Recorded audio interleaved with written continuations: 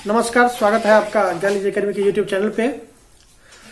भारत सरकार कई कानून बनाती है, जीएसटी जैसे कानून जो कि बड़े बड़े पढ़े लिखे सीए को समझ में नहीं आता है, ऐसे कानून बनाती है और कोर्ट के समक्ष उसका लीगेसी भी मतलब साबित कर देती है। आपको इस बात की जानकारी है कि भारत सरकार को ऐसे मामलों पर कौन सलाह देता है। आज हम भारत के महान्यायवादी के बारे में पढ़ेंगे। बहुत ही छोटा सा टॉपिक है लेकिन बहुत ही इंटरेस्टिंग टॉपिक है और भारतीय राज्य व्यवस्था को समझने के लिए बहुत ही आवश्यक है कि हम भारतीय न्यायवादी को समझें। चलिए शुरू करते हैं। भारत का संविधान जो है उसके आर्टिकल 76 में यह कहा गया है कि भारत का एक महान्यायवादी होगा जो कि भारत सरकार को कानूनी मामलों पर सलाह देगा।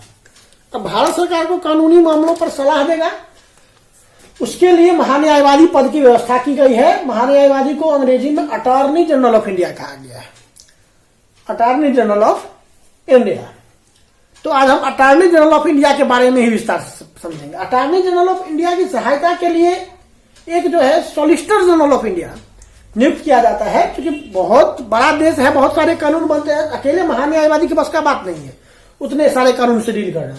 इसलिए उनकी सहायता के लिए सॉलिसिटर जनरल ऑफ इंडिया नियुक्त किया जाता है और सॉलिसिटर जनरल ऑफ इंडिया की सहायता के लिए एडिशनल सॉलिसिटर जनरल को नियुक्त किया जाता है। याद रखिए कि एडिशनल सॉलिसिटर जनरल और सॉलिसिटर जनरल ये जो दो पद हैं, ये एडिशनल सॉलिसिटर जनरल और सॉलिसिटर जनरल का पद संवैधानिक नहीं है, ये संवैधानेतर पद है। जबकि महान्यायवादी या अटॉर्नी जनरल ऑफ इंडिया जो है ये आर्टिकल 76 से जन्म लेता है। चलिए शुरू करते हैं। तो सबसे पहले समझते हैं कि इनकी नियुक्ति कौन करता है। अटॉर्नी जनरल की जो नियुक्ति है वो भारत का राष्ट्रपति करता है। निसंदेह राष्ट्रपति का मतलब यह है कि भारत सरकार, भारत के प्रधानमंत्री की सलाह पर भारत का राष्ट्रपति नियुक्त करता है और भारत का राष्ट्रपति नियुक्त करता है और भारत के राष्ट्रपति के प्रसार पर्यंत, यानी जब तक राष्ट्रपति की इच्छा हो तब तक ही न्यायवादी जो है, अटॉर्नी जनरल जो है, अपने पद को धारण करता है। अब एक चीज याद रखिए कि कार्यकाल के बारे में पूरे संविधान में कहीं नहीं बताया गया है, केवल इतना है कि वो राष्ट्रपति के प्रसाद पर्यंत धारण करेगा। हालांकि एक परिपाटी बन गई है कि जो सरकार नियुक्त करती है, अगर वो सरकार गिर जाती है तो फिर वो रिजाइन जो है वो अपने पद से रिजाइन कर देता है। अगर रिजाइन नहीं भी करेगा तो भी राष्ट्रपति उसको हटा देंगे अगली सरकार बनने के बाद। तो उससे अच्छा है कि अपना प्रतिष्ठा खुद बचाओ, रिजाइन करके निकल लो, इसलिए वो रिजाइन करता है। हालांकि वो कभी भी राष्ट्रपति को अपना डिजिग्नेशन दे सकता है, कभी भी दे सकता है, सौंप सकता है। एक चीज और याद रखिए कि महान्यायवादी जो है उसको वेतन नहीं दिया जाता है। वेतन कितना दिया जाएगा ये भी तय नहीं है संविधान में। केवल इतना है कि राष्ट्रपति जितना निर्धारित कर दे, राष्ट्रपति कह दे जितना उतना ही। राष्ट्रपति कुछ भी कह सकता है कि ठीक है ये आप चाय गुटके के लिए रख लीजिए या चाय नाश्ते के लिए इतना आप हमको दे रहे हैं, आपको ले लीजिए। अब ना चाय नाश्ते के लिए भेजेगा तो 3-4 लाख रुपए से कम क्या देगा, ये भी है। तो वेतन जो है राष्ट्रपति द्वारा निर्धारित उतना ही पारिश्रमिक प्राप्त करता है जो कि राष्ट्रपति निर्धारित करता है।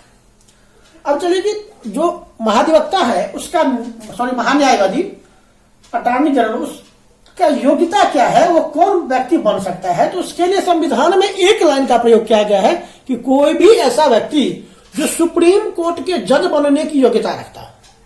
सुप्रीम कोर्ट के जज बनने के, संविधान में यह बात स्पष्ट है कि सुप्रीम कोर्ट के जज बनने में का जो है योग्यता रखता हो। यानी कि जो महान्यायवादी जो है वो उतने ही विद्वान होते हैं जितने कि चीफ जस्टिस होते हैं भारत के या अन्य जस्टिस होते हैं भारत के। सुप्रीम कोर्ट के जज की मैं बात कर रहा हूं। अब सुप्रीम कोर्ट के जज बनने की योग्यता क्या है।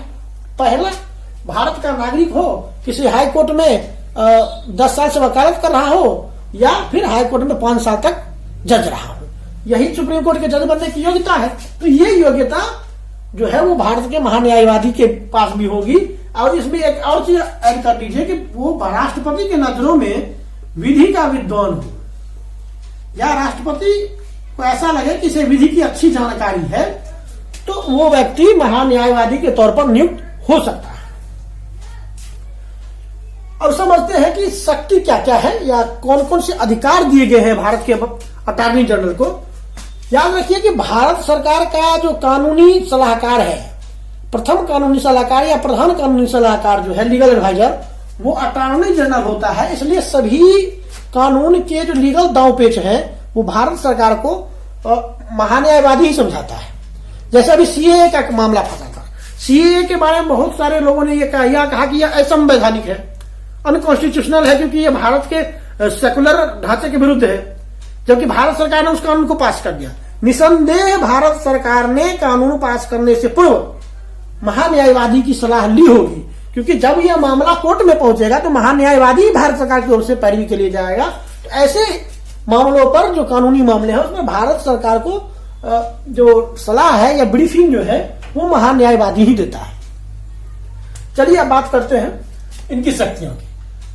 भारत सरकार का महान्यायवादी जो है वकील होता है भारत सरकार का एक प्रकार से, इसलिए पूरे भारत में किसी भी कोर्ट में भारत सरकार की ओर से उसे सुनवाई का प्रथम अधिकार होता है ना। तो प्रथम सुनवाई का अधिकार उसे प्राप्त है पूरे भारत में, चाहे कोई भी कोर्ट हो, किसी भी स्टेट का हाई कोर्ट हो या यूनियन टेरिटरी का हाई कोर्ट हो या सुप्रीम कोर्ट हो, पूरे भारत में उसे प्रथम सुनवाई का अधिकार है। कानूनी मामलों पर वो भारत सरकार को सलाह देता है। तीसरा जो सबसे महत्वपूर्ण बात यह है, जो प्रश्न कई बार पूछा जाता है, कि वो संसद का सदस्य नहीं होता है, लेकिन भारत के संसद के किसी भी सदन में वो बैठक में भाग ले सकता है, बोल सकता है, वाद विवाद कर सकता है। यानी कि Lok Sabha, Rajya Sabha, even joint sitting जो संयुक्त अधिवेशन होता है उसमें भी वो बैठक में भाग ले सकता है, बैठक में किसी भी मुद्दे पर अपना मत रख सकता है, बहस कर सकता है सदस्यों के साथ, लेकिन वोट नहीं कर सकता। ये चीज ध्यान में रखना चाहिए कि संसद के किसी भी सदन में बैठक में भाग ले सकता है लेकिन वोट नहीं कर सकता है।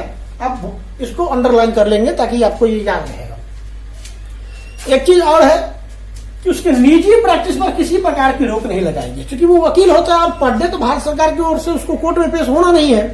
जब भारत सरकार का मुकदमा आएगा भारत सरकार उसी दिन पेश होना होता है, बाकी दिन वो बैठ करके क्या करेगा। इसलिए उसके निजी प्रैक्टिस पर कोई रोक नहीं लगाई गई है, वो निजी प्रैक्टिस कर सकता है। अच्छा, उसको वेतन जो नहीं दिया जाता है उसका भी मेन रीजन यही है कि जब आप अपना ही काम कीजिएगा तो हम आपको वेतन क्यों दें, है ना। तो निजी प्रैक्टिस पर कोई रोक नहीं लग सकता है, लेकिन उसकी निजी प्रैक्टिस की कुछ अंकुश है, कुछ शक्तियों पर उसके अंकुश लगाया गया है कि निजी प्रैक्टिस तो वो कर सकता है, लेकिन किन परिस्थितियों में कर सकता है उस पर हमें अंकुश लगाए हैं। पहला अंकुश क्या क्या है?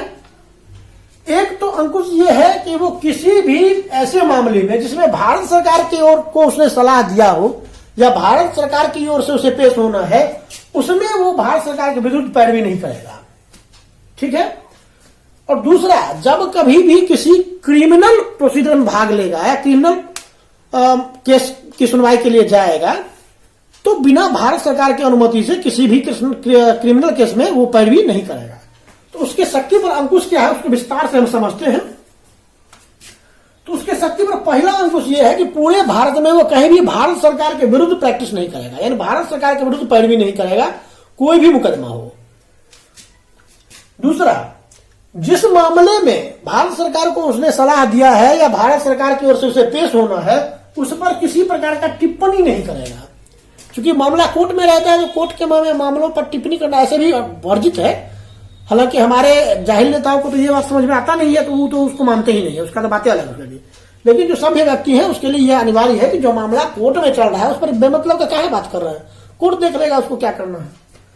तीसरा, किसी भी आपराधिक मामले में, अभी मैंने आपको जैसे कि बताया, गवर्नमेंट ऑफ इंडिया भारत सरकार की अनुमति के बिना वो पैरवी नहीं करता है। चौथा, गवर्नमेंट ऑफ इंडिया के अनुमति के बिना किसी भी कंपनी या परिषद कि जो डायरेक्टर का पद होता है या निदेशक का पद होता है वो उसको ग्रहण नहीं करेगा। तो ये है भारत का महान्यायवादी या अटॉर्नी जनरल ऑफ इंडिया का पद। बहुत ही महत्वपूर्ण पद होता है। हालांकि यह याद रखिए कि अभी कुछ दिन पहले मामला उठा था प्रधानमंत्री की सुरक्षा का, उसमें सॉलिसिटर जनरल पेश हुए थे भारत सरकार की ओर से तुषार मेहता। अभी एक चीज और याद रखिए कि महान्यायवादी जो है अभी के वेणुगोपाल है और सॉलिसिटर जनरल जो है वो तुषार मेहता है। तो ये बातें आप याद रखिए। अब आशा करते हैं कि क्या होता है, अटॉर्नी जनरल ये समझ गए होंगे। पूरे कार्यपालिका यानी भारत की जो कार्यपालिका है उसमें राष्ट्रपति, उपराष्ट्रपति, प्रधानमंत्री, मंत्रिपरिषद और महान्यायाधीश, इनका जिक्र किया गया है संविधान में। मैंने इस पर विस्तार से वीडियो बनाया है। आपको जिस भी संदर्भ में वीडियो देखना हो आप हमारे प्लेलिस्ट में जाकर देख सकते हैं। तब तक के लिए चैनल को सब्सक्राइब कीजिए, वीडियो को लाइक कीजिए। धन्यवाद, मिलते हैं अगले वीडियो में।